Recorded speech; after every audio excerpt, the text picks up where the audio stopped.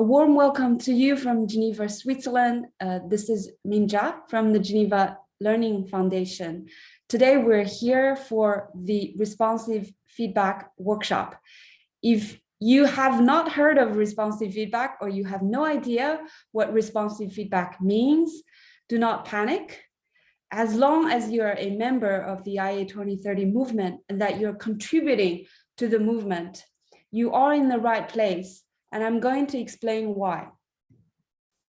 So this past Monday, you've joined thousands of immunization colleagues from all over the world to kick off what we call the Impact Accelerator Launchpad. Now, this is a 4-week process. Starting from Monday, you have been taking actions, concrete actions to implement your action plan. And to support you to implement your action plan, the Geneva Learning Foundation has partnered up with the Curve because as members of the Curve, Professor Vish and together with Dr. Rachel McLeod, who is with us in the room, they have developed a unique approach called the responsive feedback.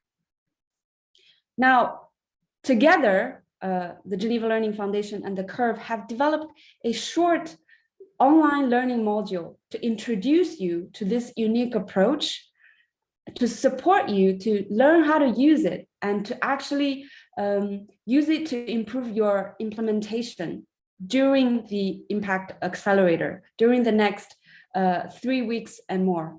So on Monday, you should have received an email that you see on my screen on the left-hand side from Professor Vish. In that email, there is a green button that if you click on it, you will get exclusive access to the module. Now, if you don't know, have not noticed this email, I encourage you to search for the keyword responsive feedback in your email inbox so that you do not miss this opportunity, because members of the IA 2030 movement are given exclusive access to the module. And on the right-hand side, you can see what the module looks like on learning.foundation. Now, why are we here? So the responsive feedback weekly Friday workshops, the goal is very simple. We want to use 60 minutes to come together as a group, everyone who is interested in responsive feedback, who is taking the module, to come together to help you problem solve your implementation challenges by using the steps and the tools and the resources that are available from responsive feedback. You can also choose to present your work on responsive feedback. And because there's a unique opportunity for you to get feedback from peers, as well as Rachel and other subject matter experts in the room. So this weekly workshop takes place every Friday. Today, we're kicking off the first workshop. Next Friday, June the 3rd, and the third workshop on June the 10th, we will come together again for the same purpose, which is to support you. You just met Rachel briefly before we kickstart the session. She will be listening attentively to what challenges, what implementation challenges you have with your action plan in the accelerator, but also she will be listening if you would like to present your work on responsive feedback, to present your learning agenda, your worksheet, and to be able to help you to better use this unique approach to use in your daily work. Now, before I open up the floor and invite you to share your challenges or to present your work, I do want to take a quick minute just to explain some important information about the module. So if you're thinking about that, I want to get certification for this module, then keep in mind there are 2 things you need to do. The first is you need to complete the module on learning.foundation, including its 2 worksheets. before Friday, June the 10th. So that is the day for the third final Friday live workshop. And then attend each of the consecutive live workshops. But we understand if you do have a legitimate reason for absence, there will be an opportunity for you to catch up. If you meet these two requirements, after the module is finished, you will receive an official letter of participation issued by the Curve and the Geneva Learning Foundation. Now, we estimate that the time required for you to complete the module is about 4 to 6 hours. We know you're busy professionals, so we recommend that you don't finish it in one sitting, but in fact, take little chunks of time each day, 30 minutes, 40 minutes a day, and then take the module little by little, make little progress every day, and then you'll be able to complete it in 10 days. So in 2 weeks' time. On the screen, you can see that the module has 14 lessons. And so by the end, when you complete the module, it should be marked 14 out of 14 completed. Our suggested schedule for you for this week, we shared on Monday with you by email. You can see on Monday, we encourage you to finish the first 5 lessons. On Tuesday, download and review the key resource, the step-by-step guide on responsive feedback. And starting from Wednesday, really spend 30 minutes per day to complete each of the 5 steps. So Wednesday is step 1, Thursday is step 2. And today you're here with us for the Friday live workshop. For next week, again, Monday, complete one single step, the step 3, develop and prioritize your learning questions. The same goes for Tuesday and Wednesday, just complete one single step. And then Thursday, the final 3 lessons are short, concise messages from Professor Vish as well as Emeka for you. And next Friday, join the live workshop. Obviously, this is a suggested schedule. You're free to schedule your own time. If you do feel that you have a big chunk of time and you want to finish it in one big sitting, that is fine. So this session is really about listening to you. I will pause here and open up the floor to invite you. There are 2 options you can choose from. Either I'm looking at any hands raised at the moment. Either you raise your hand to share your implementation challenge. So any specific implementation challenge you're facing right now in the accelerator as you implement your action plan. Second, you can also choose to present your learning agenda. So this is worksheet number 2 in the module, and it is okay if it is incomplete. We understand that you're still taking the module. And for each of these 2 options, we have prepared some very simple questions to guide you to explain. For example, if you would like to share your implementation challenge, we'll ask you to summarize what is your IA 2030 action plan about, what is the specific goal you will achieve by June the 17th, and what is the one action you're taking this week to achieve your goal, and what is the implementation challenge you need help with, and finally, which steps of responsive feedback have you tried, if any, to solve your challenge, and was there anything that surprised you? So I'm going to copy and paste the list of 5 questions in the chat so you can also read it in the chat. If you choose to present your learning agenda, we also have 4 simple things. We'll ask you to share your screen if your connectivity allows. Otherwise, I can share the learning agenda, the empty template for you to walk through. Second, present your learning agenda. Walk us through what you have been able to do and what you plan to do next. And then explain, is there something you would do differently now that you have thought about your assumptions and identified your stakeholders, etc. And finally, explain what work remains to be done to complete the module. So I'll stop here. We have lots of scholars joining the room in the meantime. So I'm looking at any hands raised. I think Mariam's hand is an old hand, so I'm going to lower that. And I'm looking at any hands raised. Would you like to share an implementation challenge you're facing with or present your learning agenda? I see Aishatu Gubio, you have your hands raised. Aishatu, are you able to unmute? Yes, good afternoon, everybody.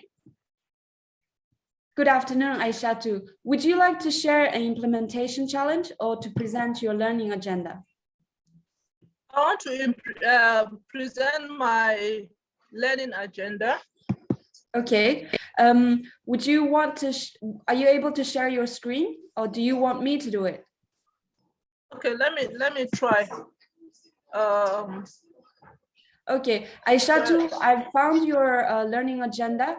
As an admin, I have quicker access. So let me just switch the screen. So I think this is your learning agenda.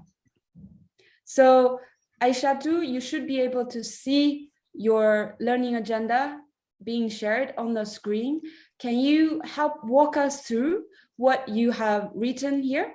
And explain to us what is in each section and what you have learned by doing this exercise. Over to you, Aishatu. And don't forget to introduce who you are before you start. Yes, good afternoon, everybody. I'm glad to be here. I'm Aishatu Gubio. I work with the Federal Ministry of Health in Nigeria. I'm a medical lab scientist as well as a surveillance officer. My goal in this program is to coordinate and formulate effective implementation on national policies, guidelines, and then standard operational procedures to improve HIV infections, as well as treatment, care, and support for those who are infected by the virus in Nigeria. My key outcome here is to achieve more people to accept and take vaccination, to improve the vaccination coverage, and then to be able to get the target population that would target population, including children who were under vaccinated, and then zero dose children, to capture and identify and to be able to increase the vaccination hesitancy policy so that they will accept the vaccine. What are the key activities to implement to achieve my goal? To achieve my goal, I would start with advocacy at the Ministry of Health, the State Ministry of Health, then advocacy with key stakeholders like the community leaders, community health workers, private sectors, and civil society.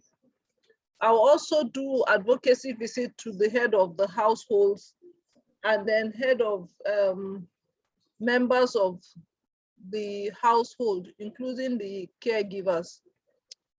And then I'll also try to increase their knowledge on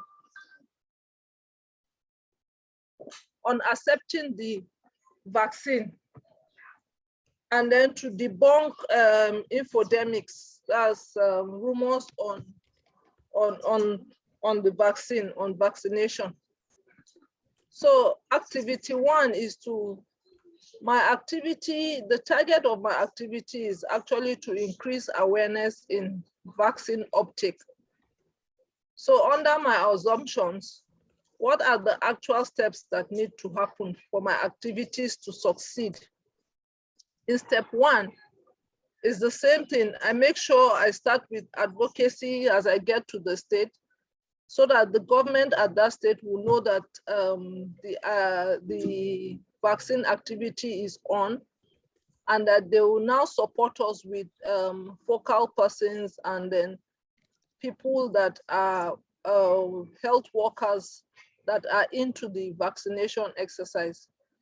And then back in the community would educate the community on the importance of vaccine and why it should be accepted. So what could go wrong and why? Usually the people in the communities, in the areas that I do vaccinations, like in the northern part of Nigeria, which is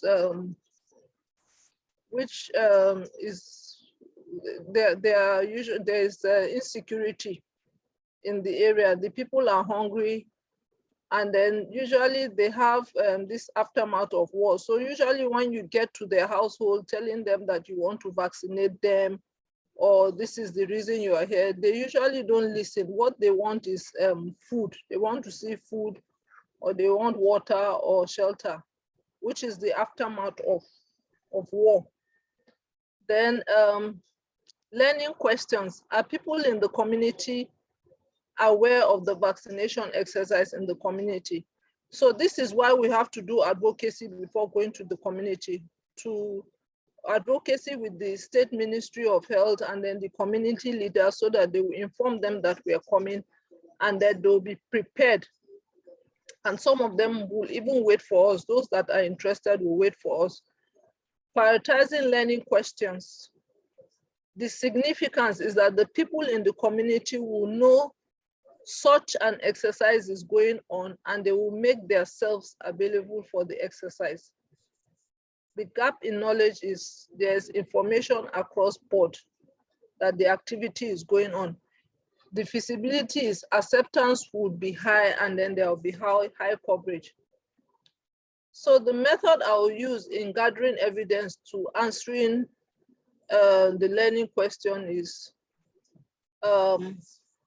the outcome will be the high acceptance rate, and that will be the increase of vaccines, and then low or no refusal in the community. Resources that are currently available for that activity are the team members that we use to go from house to house. And then the resources needed is we will need more town announcers to announce that the vaccination exercise is on, so that the people interested will be available for the vaccination exercise. So the same step 2 is advocacy to key stakeholders like the community leaders, community health workers, private sectors, and civil society. Step 3 also is advocacy to the head of the households and household members, caregivers. For the caregivers, what could go wrong and why? They say once the household have been convinced of the vaccination and then the importance of the vaccine and its potency, they can give permission to the caregivers that when these people come around, please allow them to vaccinate the children. The learning question is, have the community been educated on the advantage of accepting the vaccines? If the community have been educated, it will have easy access. And that is where the household will now give permission to the caregivers that when these people come, allow them, because they are more educated, they are more enlightened, and then they now support the vaccination exercise. The significance is to have more knowledge on the vaccination exercise and vaccine potency. Gap in knowledge is to debunk rumors on vaccines, and visibility is to increase vaccine coverage. While the method is high acceptance rate, increase in the uptake of vaccines, and low refusal in the community. My team members are still there working, and then non-health workers and, the resources needed are the the health workers and gatekeepers that will support us in announcing this vaccine exercise, which are the people that they trust most at the community. And when they see them announcing that, it is likely that they will accept our vaccines when we get to the community. So because of time, I'll stop here now. Thank you. Thank you very much, Aishatu, for presenting your learning agenda. I want to now turn to the room, to peers in the room. You have just heard Aishatu's presentation of her learning agenda, focused on increasing the awareness in vaccine uptake and the assumptions she's made, the learning questions, as well as the methods she planned to take to gather evidence to answer her learning question. So I want to invite scholars in the room. Do you have any comments or feedback for Aishatu, for her to improve her learning agenda? You're welcome to either raise hand or simply unmute yourself. I see Umar's hand is raised. Hello, Umar. Are you able to unmute yourself? Hello. Hi, Umar. Do you have a comment or feedback for Aishatu's learning agenda?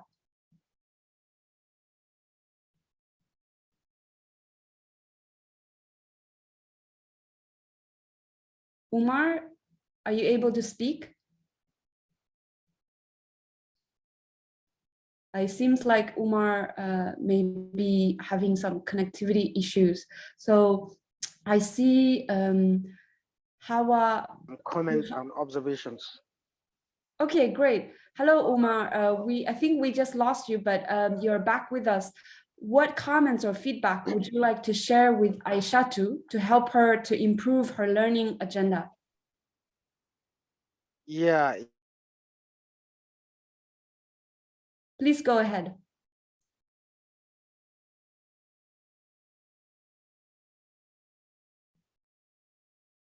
Okay, unfortunately, I'm not hearing from Umar. So Umar, I encourage you to type your comments in the chat. This way, Umar, Aishatu has the opportunity to get your feedback. I want to go next to Hawa Buhari.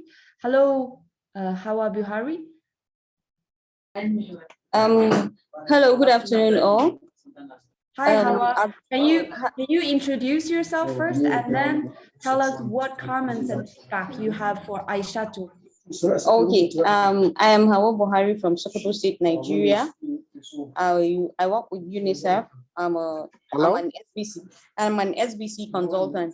Hello. Oh, sorry. With UNICEF for the immunization program. I would like to commend Aisha for the job well done so far, but I have a little contribution to her work, which I think should make it better. Can you please scroll back to the top? Okay.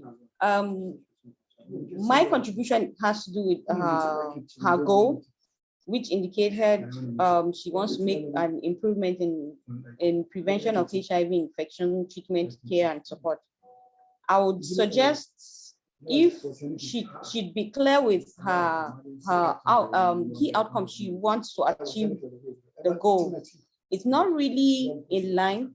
Is she really talking about vaccination for HIV or vaccination for routine immunization and other vaccine preventable diseases?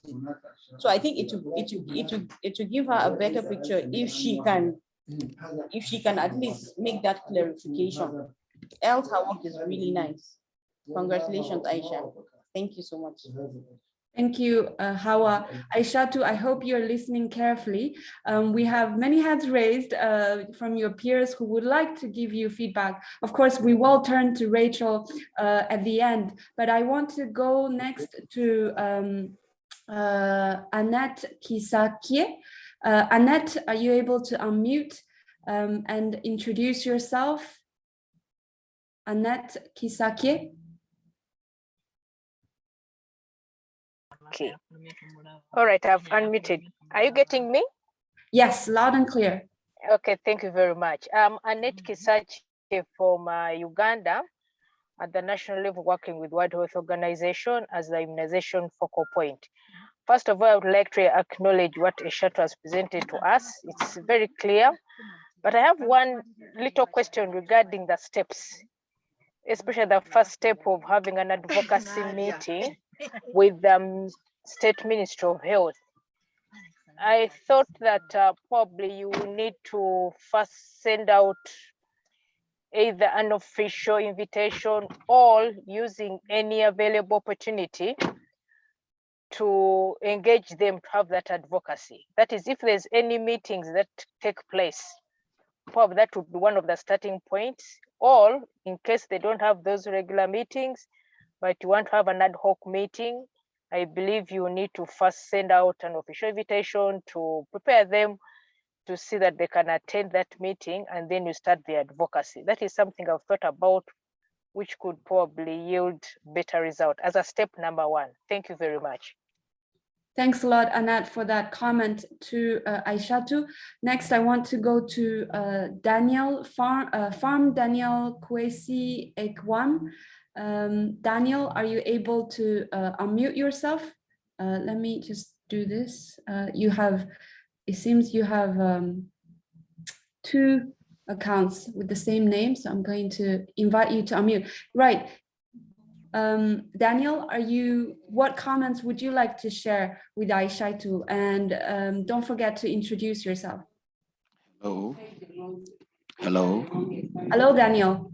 Yeah, I am Farm Daniel Kwesi Kwam, a specialist clinical pharmacist working at the Upper West Regional Hospital of Ghana. I want to thank the first presenter for what he has shared with us. I think he has done a good job. I have just a comment on the activity.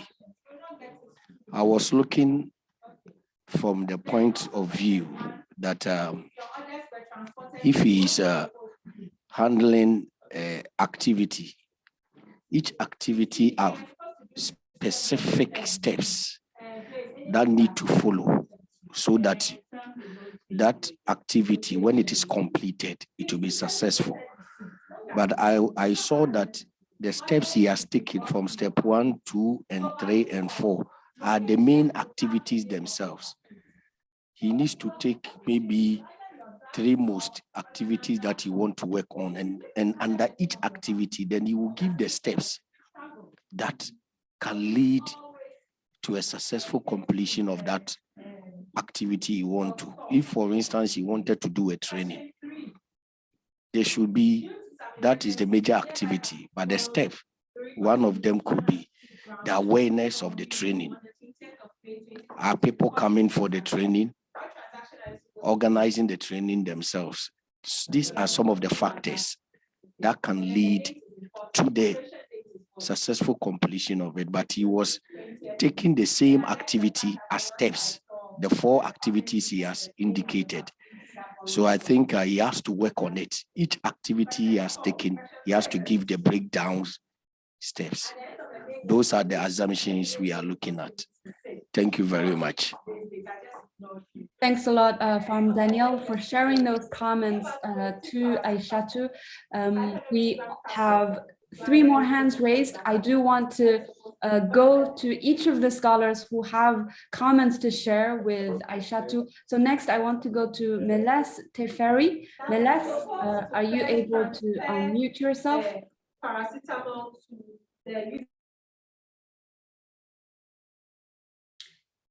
Meles Teferi. If not, I would like to go to Dr. Kaushik Nag. Dr. Kaushik Nag, are you able to unmute? Great. Dr. Nag, can you introduce yourself and tell us who you are, where you connect from, and then share what comments you have for Aishatu? Yeah, hi, I am Dr. Kaushik Nag, Assistant Professor Community Medicine from Tripura Medical College, India. Her learning agenda is good. and whatever activities she is planned also, I think it's very nice.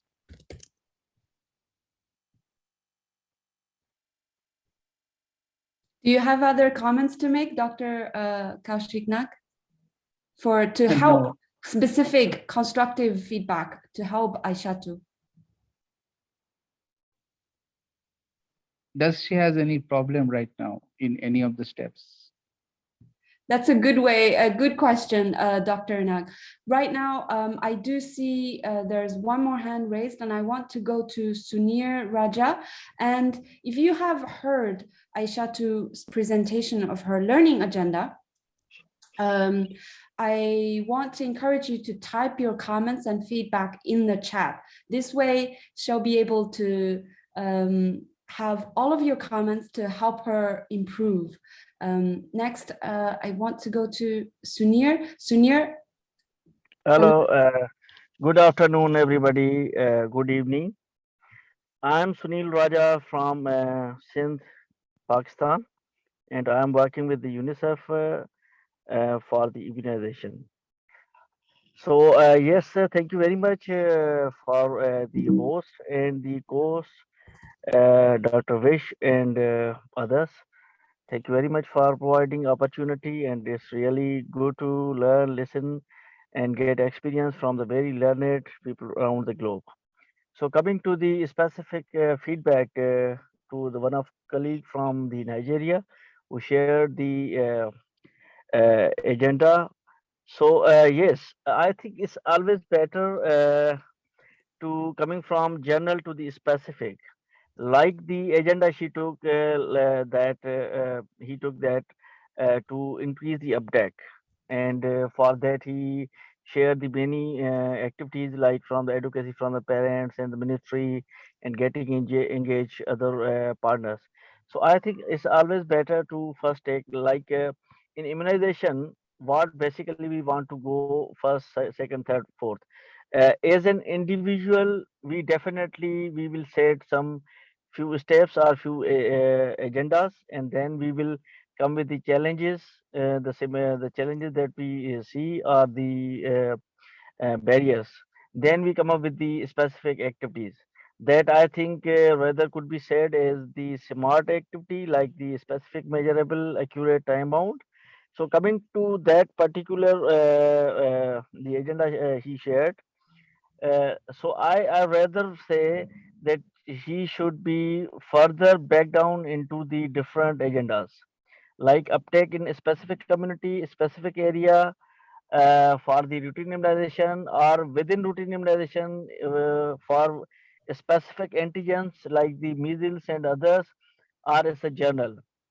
So we need to really analyze first the issue, challenge, or the barrier. Then we need to set the specific agenda to that, and then we need to set the activities like 1, 2, 3, 4, 5. He really explained well it, but I rather again focus that we need to go step by step, and then we need to set the timelines, because everything that is not you are not going to do at your own, but definitely you are going to engage the local tier or the frontline workers, maybe the partners, maybe sometimes the other institutions and CSOs and so on. So they really need a specific details, and like as I share that I have taken the challenge, and I have an issue in my area that I have taken one agenda like zero dose, and for that I have an further break it down into the different sub agendas and points, and then barriers, and then the specific activity to cater these. So yes, I rather say that it's very wonderful. He very well explained, and it's really wonderful that he is sitting at the very high position in the ministry, and he definitely could do something for the betterment and the increase in the uptake. So this is very wonderful to listen all the colleagues. Thank you so much. Thank you, Sunir Raja. At this point, I do want to turn to Rachel, who has been listening very attentively from the beginning. Rachel, what comments do you have to help Aishatu? And based on what you have heard, both her own presentation and the peers' feedback to her. Rachel? Hi, yes, thank you. As a reminder, I'm Dr. Rachel McLeod. I work closely with Dr. Vish Vishwanath and the rest of the CURVE team, and I believe we have a few more CURVE members on the call, so I just want to say hello to them as well. And hello to all of you, and welcome to the course. And first, thank you, Aishatu, for this wonderful presentation. I really appreciate you taking the time to fill out this worksheet. A lot of thought obviously went into it, and I took some notes about a lot of the things that I think were really good about the ways that you've started to think through everything. You know, I particularly like that you're identifying different levels of influence that you would need and kind of how they play a role in all of this, because as we know that in this context, there's several different layers of influence, particularly those community leaders that are going to be so key in this process. And I also liked your question about the level of prior education in the community and acceptance on vaccination. And, you know, I just think that it shows a lot of thought of all of these different levels and the roles that they play. I also want to thank everyone that commented, and I do agree. I think that there were some very nice comments made on kind of drilling down and making some of these steps more specific. Like I heard for the step 1 that you have here, for the advocacy for the State Ministry of Health, really think, how am I going to do that?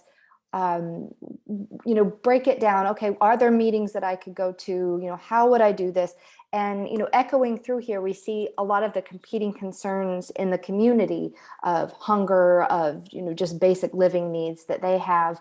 And, you know, I think that this is a good way to kind of even return to your stakeholder mapping exercise, because I'm sure that when you're mapping out your stakeholders, the State Ministry of Health was listed in that stakeholder group. Community leaders, I'm sure, were also in there, as well as households, since all of these people are involved in this step in different ways.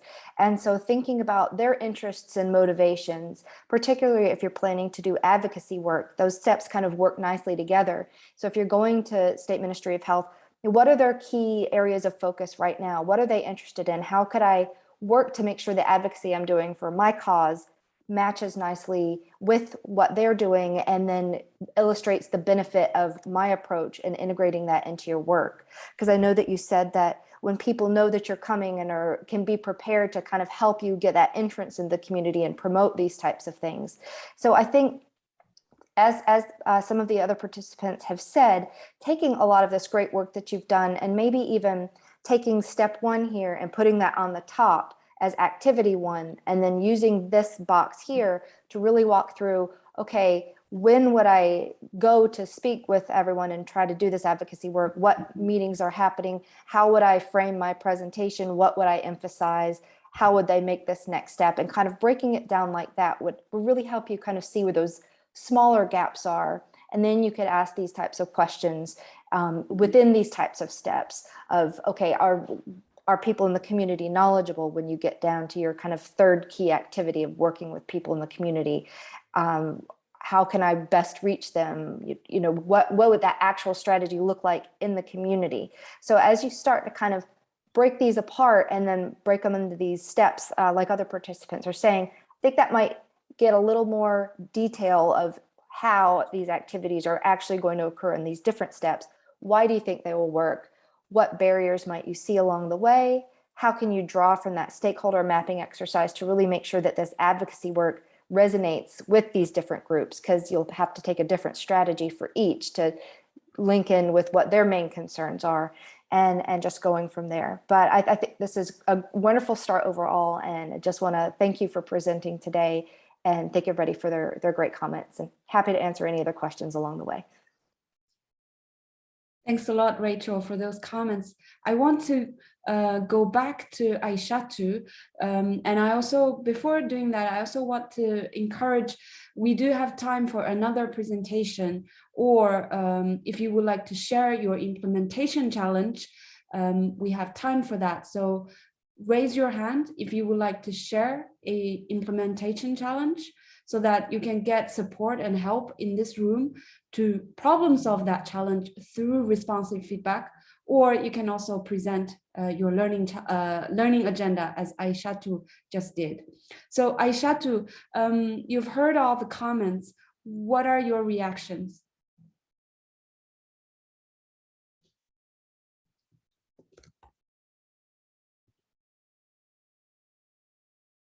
Aishatu, are you able to unmute?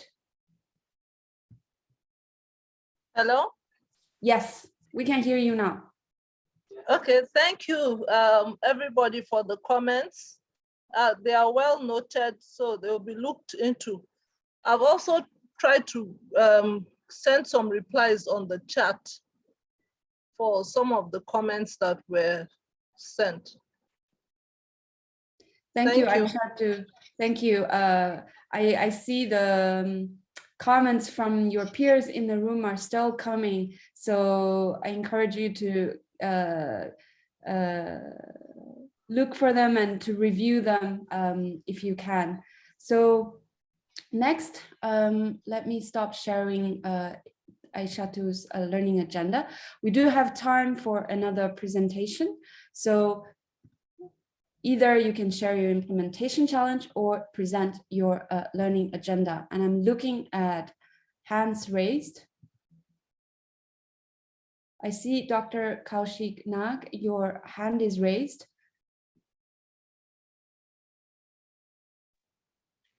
Hi, hello. Would you like to share your implementation challenge or present your learning agenda? No, I have not prepared my learning agenda due to my some other assignment. I'm sorry for that. I just want to share my challenge. Right. Okay. So that will help us together as a group to help you problem solve your challenge, Dr. Nag. So can you summarize what your IA 2030 action plan is?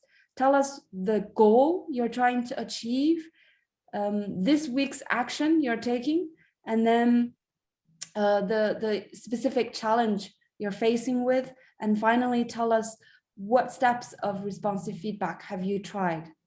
Over to you, Dr. Nag. Yeah, thank you.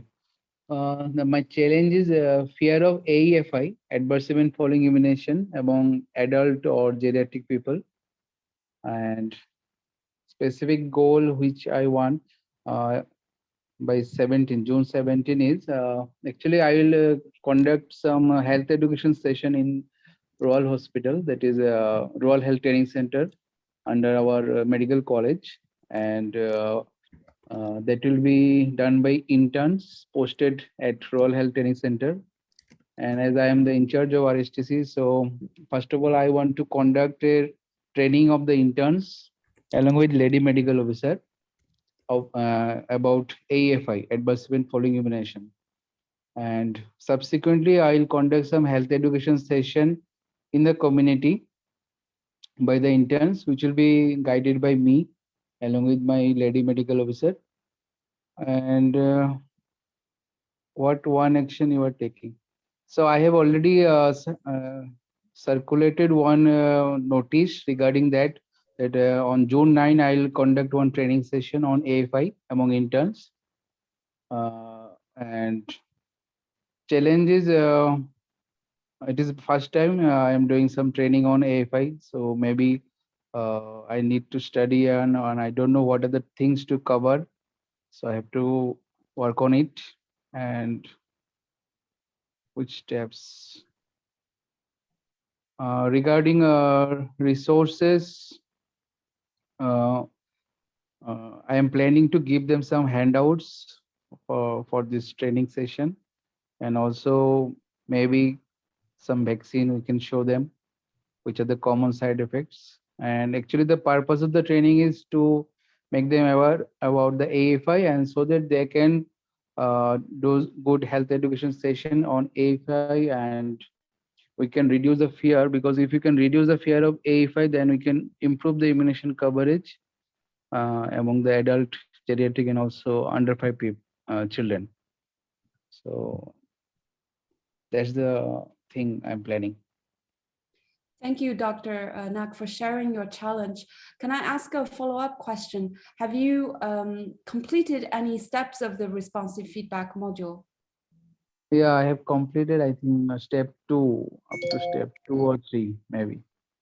But I have not given the worksheet because I downloaded in mobile and it was not opening. So I have to check in my laptop also. Okay. Thanks for clarifying that. So at this point, I want to turn to the room, the scholars in the room. You've heard Dr. Nag's challenge. What comments or experiences or lessons learned from responsive feedback would you like to share with him to help him solve his challenge?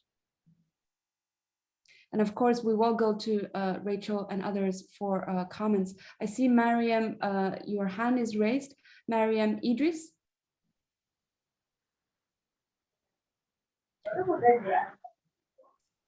Hi, Mariam. Hello? Hi, Mariam. Can you introduce yourself and share with Dr. Nag your comments? My name is Mariam Idris from Kano State, Nigeria. What I want to share is the experience learned from responsive feedback. Responsive feedback. The first lesson that is learned from a responsive feedback is number one, it will help you to see where you do mistakes, and it will again make you achieve a defined and qualitative data, and then you can achieve good implementation with responsive feedback. These are a few lessons I want to share with peers in the house. Okay, thank you, Mariam. Are you hearing me? Yes, we are getting you, but I think your voice is a little bit muffled. But I encourage you also to type your comment and feedback with Dr. Nag in the chat so that everyone in the room can hear and see what you.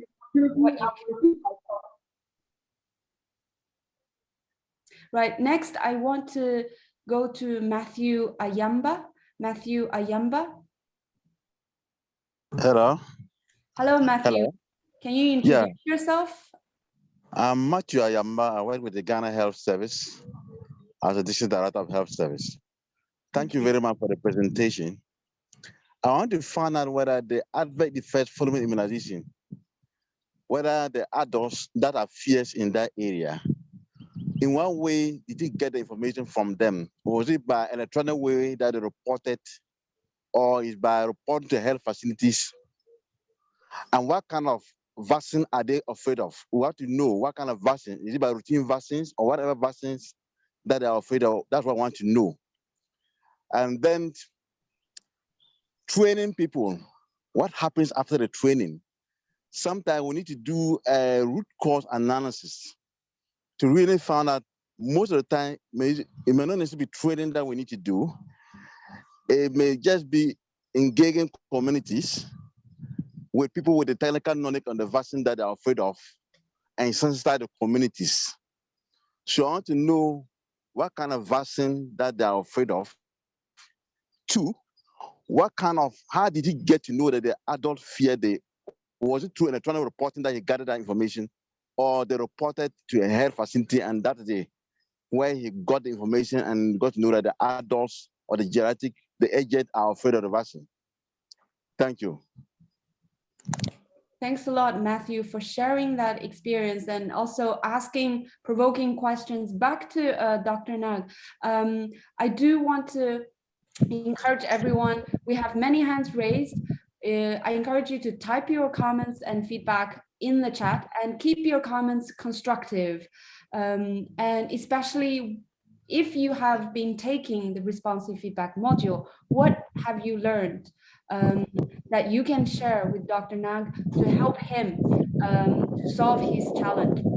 Next, I want to go to Professor Becky Dagbo. Professor Becky, are you able to unmute?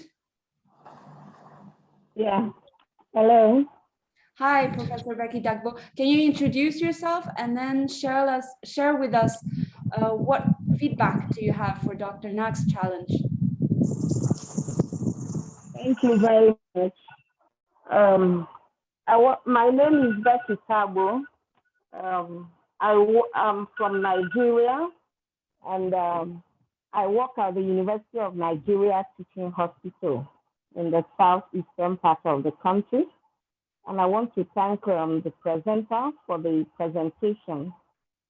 I just want to draw his attention. He has a very good plan because AEFI is a key issue now. But my area of comment is related to what the last speaker said. You know, using the responsive feedback, you will realize that some of the assumptions you need to pay attention to. For instance, he's going to train the interns so that they can go into the community. But have you explored the context of this particular community in terms of fear of AEFI? What is really their reason for the fear? A kind of a specific root cause, just like the last speaker said, so that you can tailor the content of your training. If you just do a generic training and just assume that is because they lack the usual knowledge of AEFI, if you deploy your responsive feedback in the course of the work, you might discover that when you go and give them the generic information, there may not have been any change. But if you took time to find out what is really their context, why are they afraid, then you can adapt the content of your sensitization or training to address their own specific areas so that you can have a positive response. Thank you. Thank you, Professor Dagbo. We have other hands raised. Because of time, I would like to turn to Rachel. Rachel, you've heard Pierre's comments, you've heard Dr. Nak's challenge in relation to this adverse events following immunization, and he's proposed a solution to use a training to solve that. What comments do you have for him?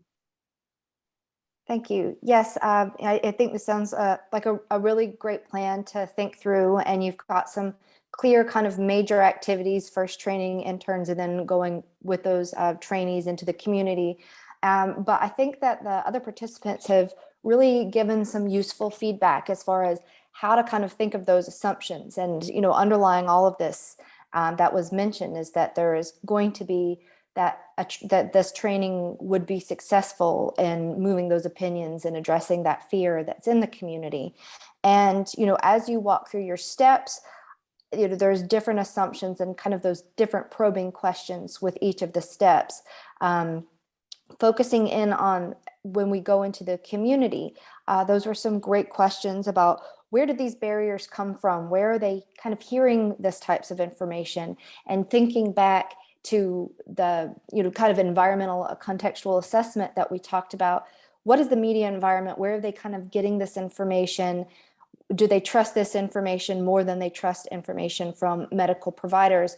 And pushing on that point of, if we bring these medical professionals into the community to do this training, do we really think that is that the way to increase trust? And that will vary community by community.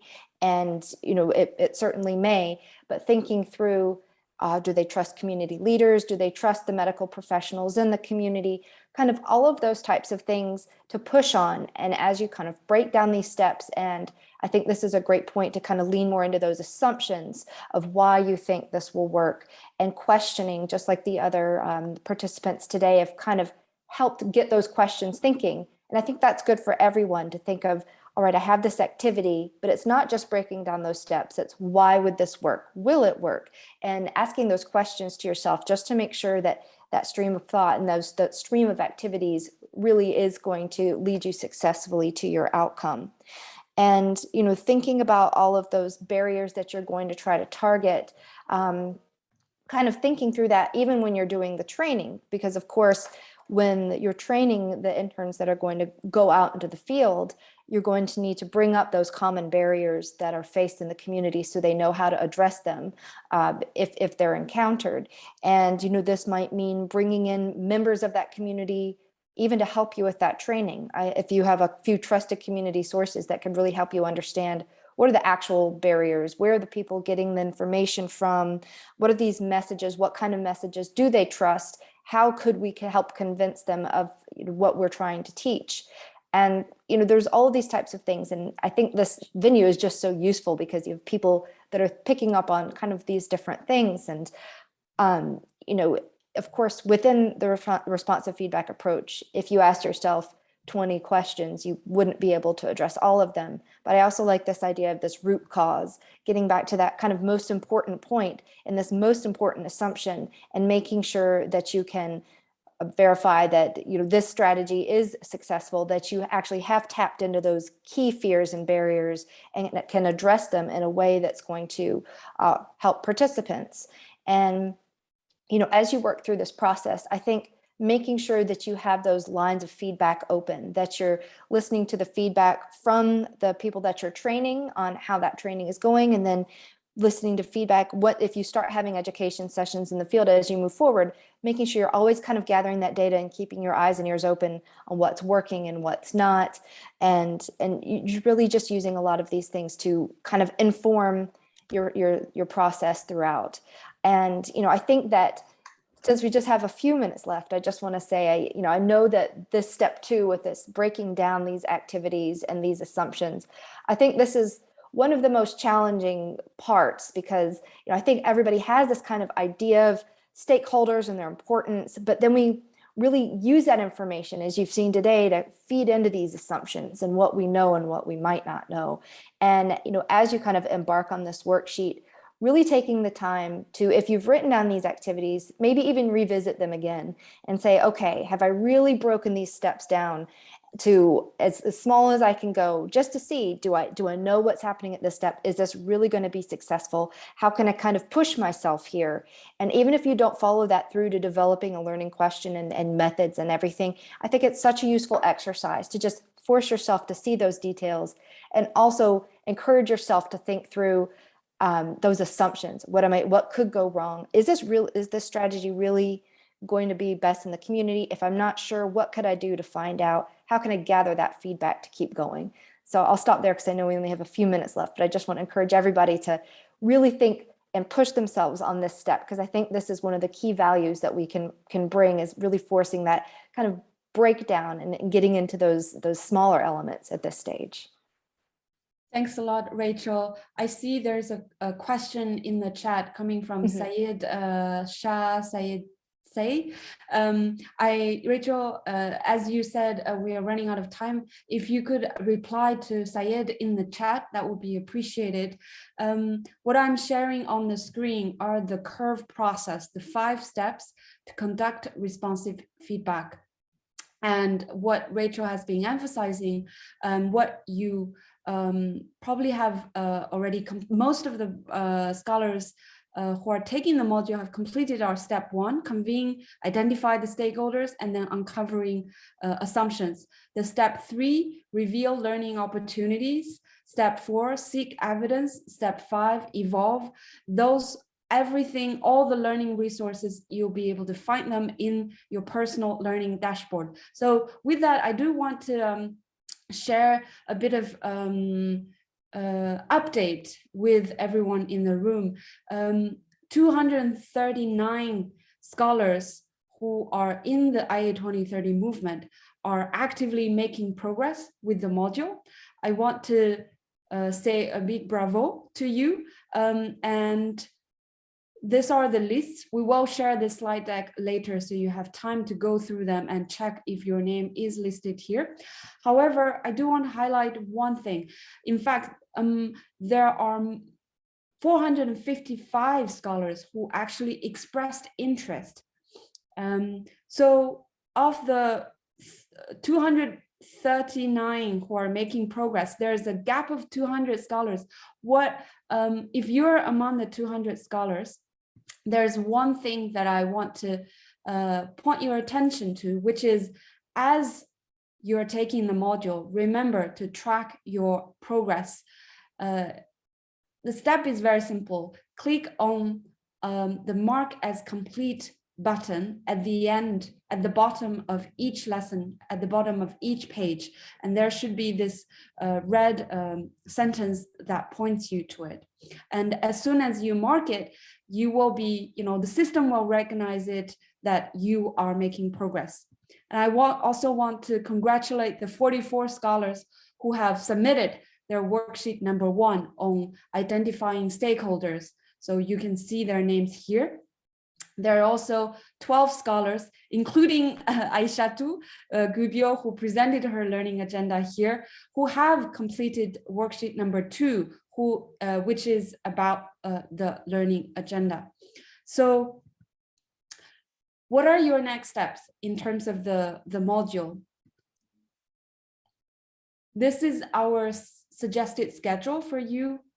So take 30 minutes per day from Monday to Friday, and you'll be able to complete the module by next Friday. And it's really taking little chunks of time to complete each of the 5 steps of responsive feedback. And then at this point, I know that Lydia, who is also a member of the Curve team, is also with us. And we have invited, as scholars are completing the module, invited you to share your feedback with us to improve, to help the responsive feedback team improve, including for each of the 5 steps, but also when you complete the entire module, there is a post-module questionnaire that Professor Vish has personally invited you to complete. On the right-hand side, you can see what this post-module questionnaire looks like. So I want to turn maybe to Lydia, who is in the room. Lydia, why do you think it's important for you to receive this feedback, and why does it matter to you as a member of the Curve team? Hi everyone, and thanks so much, Sa. It's really important that we hear your feedback because of course we want to make sure that the content is iterated and is improved using real life experiences and making sure that the worksheets are as optimal and helpful as possible for your real life scenarios. So yes, please do complete the surveys and the questions, and we'll make sure to learn from that and optimize and iterate in true responsive feedback fashion. Thank you, Lydia. Because we are Friday, we know that the whole reason we're here talking about responsive feedback, the goal is to help you implement in the field your action plan, the IA 2030 action plan that you have developed to tackle an urgent immunization challenge where you work. And so on Monday, you have set your action to complete by Friday. Today, have you told us how your week went? So if not, this is a link you should use, and for you to share whether the action you wanted to do on Monday, you have been able to do it by today or by the end of the week. And you can choose, I want to share my experience, and then tell us more about what exactly happened, how the week went for you, what lessons you learned, if you have had any success stories or challenges, which we can then solve together through responsive feedback. So I want to stop here and perhaps turn to Rita, who is also in the room with us. Rita, would you like to share some final words with scholars in the room before we wrap up the session?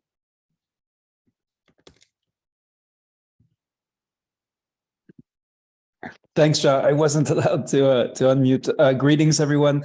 Greetings to our partners from the Curve, and of course to members of the Movement for Immunization Agenda 2030. I realize we're over time, so I'll keep it short.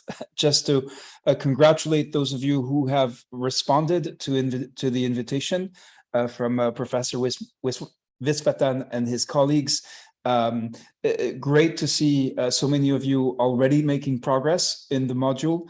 And there are two opportunities really. One is to learn about responsive feedback. The other is to use, as you learn, to actually use responsive feedback right away with respect to your IA 2030 action plan. So it's really important for you to let us know, is it helping? How is it helping you? What are you doing with it? What are the challenges that you're facing, so that we can better support you and continue to work with the amazing team from the CURVE Consortium and the Harvard School of Public Health and the other CURVE partners on on better supporting you and helping you make progress as we learn together. Thank you.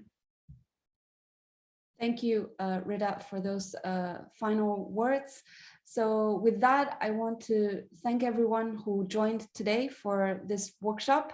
We'll see you next Friday for the responsive feedback workshop, and we'll be in touch. I think Rachel, Lydia, the CURVE team, our own team, we'll be in touch daily to support you to complete the module. And as Reda said, the real goal is to help you implement your action plan and to improve immunization outcomes where you work. So thank you, everyone, and take care.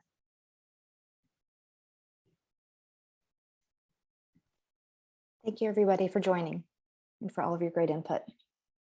Thank you. Thank you. Thanks, everyone. Thank you. Bye.